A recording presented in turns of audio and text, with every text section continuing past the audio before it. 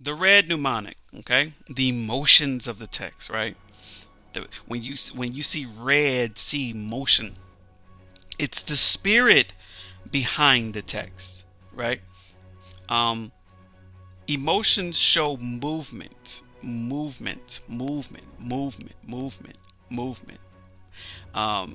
You don't see movement out of a dead body. You don't see motions from a dead body.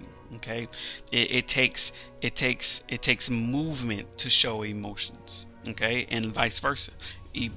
Emotions show movement and power within the text. They are the life and energy of the text, and you have to embody that emotion. If the text is getting in a very emotional part, you have to flesh that out through your emotions. It is the movement of the text, it's the power of the text. That is preaching from the heart. When you're preaching from the heart, they can feel your passion, they can feel your emotion, they can be experiencing the movement and the power of the text, right? So, lock deep within any and every word and phrase of the text. Watch this, is very important. Locked in these words like a nutshell. Inside the nutshell is the spirit behind those letters. What do we know about the spirit? The Bible says that the fruit of the spirit is love, joy, peace, long suffering, gentleness, goodness, faith, meek, temperance. Against such there is no law. Okay, so that's movement, that's passion, that's love, that's happiness, that's joy, it's hate, it's death, it's all the different feelings, and it's all the different feelings that are associated with them. If you disregard the emotions of the text, you are killing the passion behind your points. And if you want to drive those points home, then you have to show the emotions of the text. Here's some instruction. Fire and desire. The congregation is not only responding to your points. Yes, they get it logically. Yes, they can follow you, through point A, point B, point C. But they are also responding to your passion. Passion jumps from heart to heart and from breast to breast. Please, please, please feed the congregation not only your points, but the passion of the text as well. And it goes a long way to feed the sheep quality food from on high. Here's a tip. You can't fake passion. You can't fake it. You cannot fake passion. The congregation immediately knows when the speaker feels the passion of what they're saying. When a person correctly identifies the passion of the text, your personal stories and points carry more weight. Okay? So this is a very, very important mnemonic. The Gray Mnemonic. The illustration of the text. Embellishing, watch this, without violating the integrity of the text. Most people think in pictures. Okay, let me give you an example. A white elephant. Boom, you got it right in your brain. You didn't think about the words white elephant. You thought about the picture of a white elephant. Right now, house fire, burning down, house burning down. Did you think about the words house burning down? No. You thought about actual house burning down. Okay? So most people think in pictures. They need to see a desert in their minds. They need to see a great fish. They need to see the tabernacle of Moses in their mind's eye to get a full picture of what the text is saying. The Bible does not usually give those little juicy details. Okay, if it worried about all the little juicy details, then it would be bigger and bigger and bigger, way bigger than what it is. Okay, and no, all the books in the world would not be able to be filled with everything that would the Bible could describe. All right, so it's generally acceptable. Now, the integrity of the text is very important to preachers, but it's generally acceptable to embellish a little bit on the text, just as long as you're not adding or taking away from the structure of the text or the integrity of the text, which is also known as exegesis versus eisegesis. Now, without violating the text is the key word. I cannot stress this enough. Adding what you want to the text is just a big no-no. You cannot add whatever you want. Adding illustration, telling us how hot it could have been, or telling us that, you know, the grass is green, or telling us that this, that, and the other, then that's fine. It adds illustration to describe the desert, to describe the grass, and that's different than lying on the text. And that's what exegesis is. Eisegesis is. Do not lie on the text. You want to exegete. Exegete means to lift out of the text that which is there. Don't lie on the text. Okay? Tip. These days, we have visual aids such as TV screens that do a good job of assisting with the visual needs of the congregation. But don't rely on your technology too much. Your words can do just as well as the TV, as well as the TV can, if you know how to use them correctly. Okay. Pink. Pink is arguing the text. Now, arguing the text is old school. It's super old school way of preaching. Arguing the text is preaching really at its best in a technical sense. Basically, it means to elaborate on any contradictions in the story. Like, why would Jesus wait 4 days before raising Lazarus up from the dead? Honestly, you're not trying to argue or disprove the text. That's not what we mean by arguing the text. You're trying to argue, meaning to openly rationalize the tension within the text before the congregation. Meaning you are trying to show them the hypocrisy or the seemingly hypocrisy in order to drive home a point. This is a great way to help the congregation think through the text along with you as you attack it from all possible angles. Now, it's important that you do this correctly, because the people, the laity, they will look at certain things in the text and try to find all kind of contradictions in the Bible to disprove it. And for whatever reason, they are in the church and they already have their own viewpoint, and because, you know, they read their Bible at home and God speaks to them too, and why do I have to be here? There's a whole lot of things that people go through in their minds, and for you to, if they come in and you highlight something that would seem hypocritical and then drive your point home, it will help them through the text by you arguing. And it's a very effective tool. See your pastor or your mentor to help you, because I'm pretty sure they know how to argue the text, especially if you are a young preacher. Here we go. Search the commentaries. Any and all possible arguments within any text has been completely and utterly exhausted by your fellow theologians, past, present, ad infinitum, okay, and ad nauseum.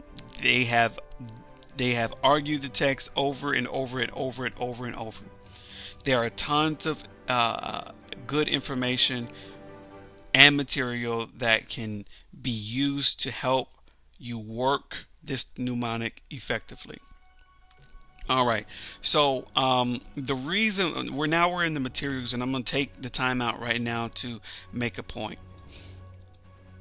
The reason why we have so many mnemonics and things that these mnemonics, you're very familiar with these colors and these materials that are coming up, is because each one of these mnemonics are going to touch a specific part in the brain. That's why I have constructed them the way that I have. It's because it touches a different area in the brain.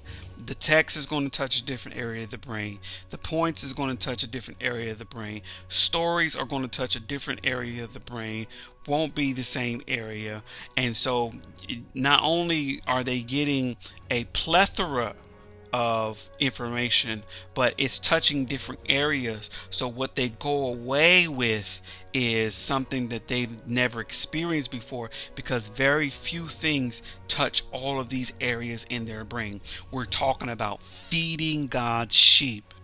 Okay, now let's go on to the wood mnemonic. Wood mnemonic is the framing or the context of the text. Okay, that's why we use wood. It's the framing, it's the material, it's the who, what, when, where, why, and how of the text. The wood of the text helps people to learn and remember all the relevant information surrounding your core message.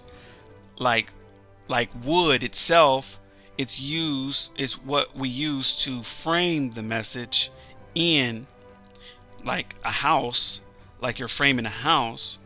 This is when your inner historian and tour guide gets its time to shine. Okay, so imagine like you're building a house, you're framing it, okay, and everything that's going to go in the house is first, it needs a structure to house it. So this is the who, what, when, where, why, and how of the text. Frames are important. Frames are very, very important. Okay, just like the frame that sits on somebody's eyeglasses, that frame, the frame itself might not directly be the cause of the better vision, because it doesn't help you see any better, but it definitely helps to indirectly assist the act of seeing things clearly. Okay, so it assists that you see it clearly. Okay, so your inner historian, what Ephesus was like, what the class systems were like, what people believed in that time as far as paganism, all that different kind of stuff, walking them down history lane, right? The tour guide, oh, this is nice, and this is what was and that over there was nice, and this is what they did over here, these were bathhouses, this was, oh, that's when all of that gets time to shine. It's the wood, it's the frame of the text, and you get certain insights from the frame because you begin to understand the point better once it's fully framed. Okay, so here's a tip. Sometimes the selected text gives you enough wood to work with within the story itself, and other times, like in the Pauline epistles, it's up to you to fill in all of those wood frame gaps within the context of the times. So you have to study. You have to get in there and let them know what Ephesus was like, what Corinth was like, what Damascus was like, what was the area like, what were the people like, take them down memory lane. And you'll get good context in the narratives because it's explaining all of these different things and all these different areas. But in the prose discourse, doesn't do so well, right? So you have to really get in there and study, and that anytime you are explaining the area around which the atmosphere and the setting, then that's when you're in the wood mnemonic. The glass mnemonic, I love the glass mnemonic because the glass mnemonic is scriptural references for the text. Okay, so And I know this seems like a whole lot, but that's the beauty of mnemonics. You can take a whole lot, put it in this little mnemonic house, and boom, it's all there for your usage. The glass mnemonic are scriptural references for the text. Okay, so you have the text itself. Okay, but you also can use scriptural references to validate what you have in your text. Okay, so besides the text itself, you have scriptures that can help make your point. Whenever you're making a point, you can use a reference text, a text outside of the chosen exegetical text, to further drive home a point. If one of your points make references or make a reference to like God being a shepherd in your original text, and you can always just go over to Psalms 23, and right after you make your point, you can say, the Lord is my shepherd, I shall not want. It wasn't originally the context, it wasn't originally the chosen text, but it supplemented the text. Even if the exegetical text is based in, let's say, Ephesians or something like that. Okay, so memorizing the text is still impressive. Here's some instruction. Memorizing the text is still impressive. People want to know that if you are called to preach, you know the word. Okay, so when you just memorize your text, memorize it, get it in your heart. Thy word have I hidden in my heart, that I might not sin against thee. It is something God used to make the kings and the prophets memorize, meditate on it day and night. They had to meditate on the word. Okay, they had to write the word in a book. Okay, kings had to, I believe, write it twice. Okay, write the whole first 5 books of the Bible. They had to write it themselves as if they wrote it, so that they can get it in their heart, so that they can always have it in their mind. And you who have been called to preach need to do the same thing. You need to memorize the text, because here's the problem. Okay, you don't want to take the congregation everywhere. This is not Bible study. You are preaching. Okay, you don't want to take them here. Let's go here. Let's go there. Let's go there. Let's go there. Okay, in a preaching setting, we're not talking about a teaching setting, even though there is teaching in every setting. You have a specific amount of time to get your point across, to get the message across, and all of those little reference scriptures will take away time.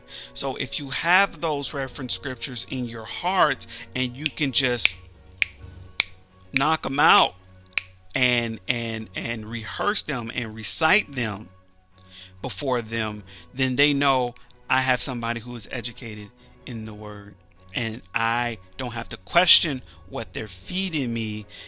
And if they did question what they were being fed, you can take them to the scripture. Okay, so it's important that you memorize. It's still impressive.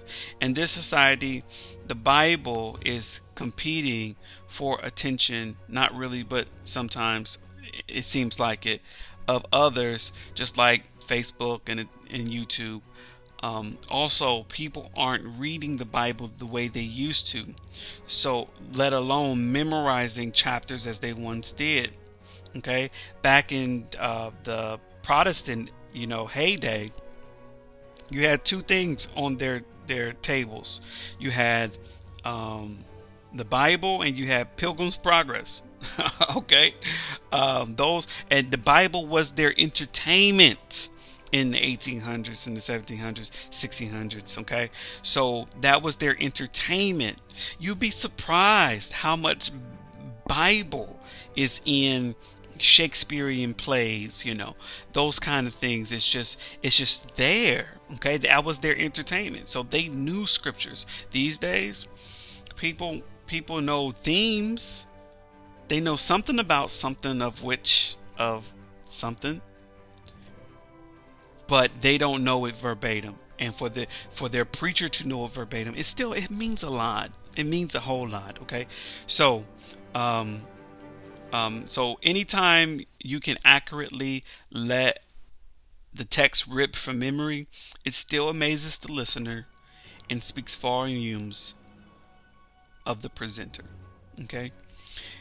If you're ministering in an unfamiliar environment, meaning that you don't have any supporters, you're just there, they ask you to come preach, and nobody could come with you, or whatever the case may be, reciting the scripture from memory is a very quick way to gain the support of the word lovers of the congregation.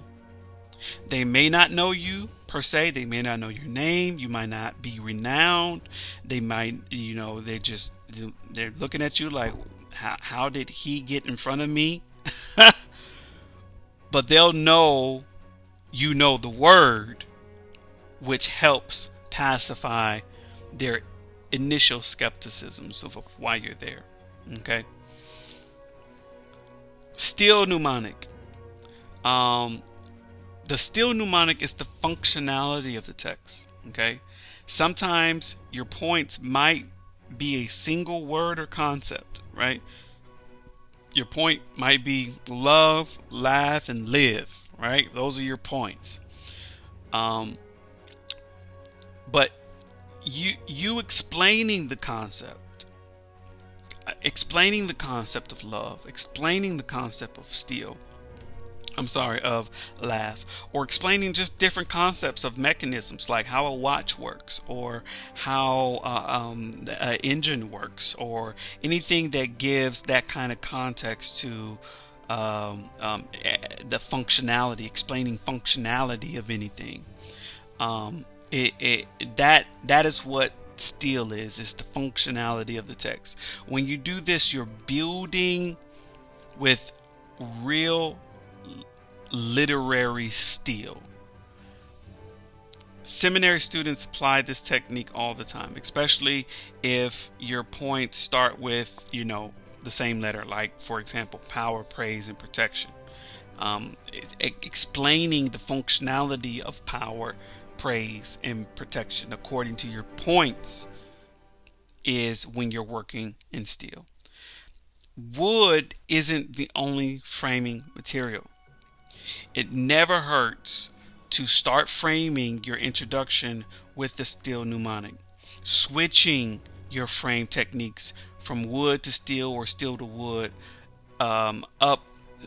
switching them up is a great way to keep the congregation on their toes. You might come at them with functionality, or you might come at them with context. It doesn't matter as long as it drives home the point.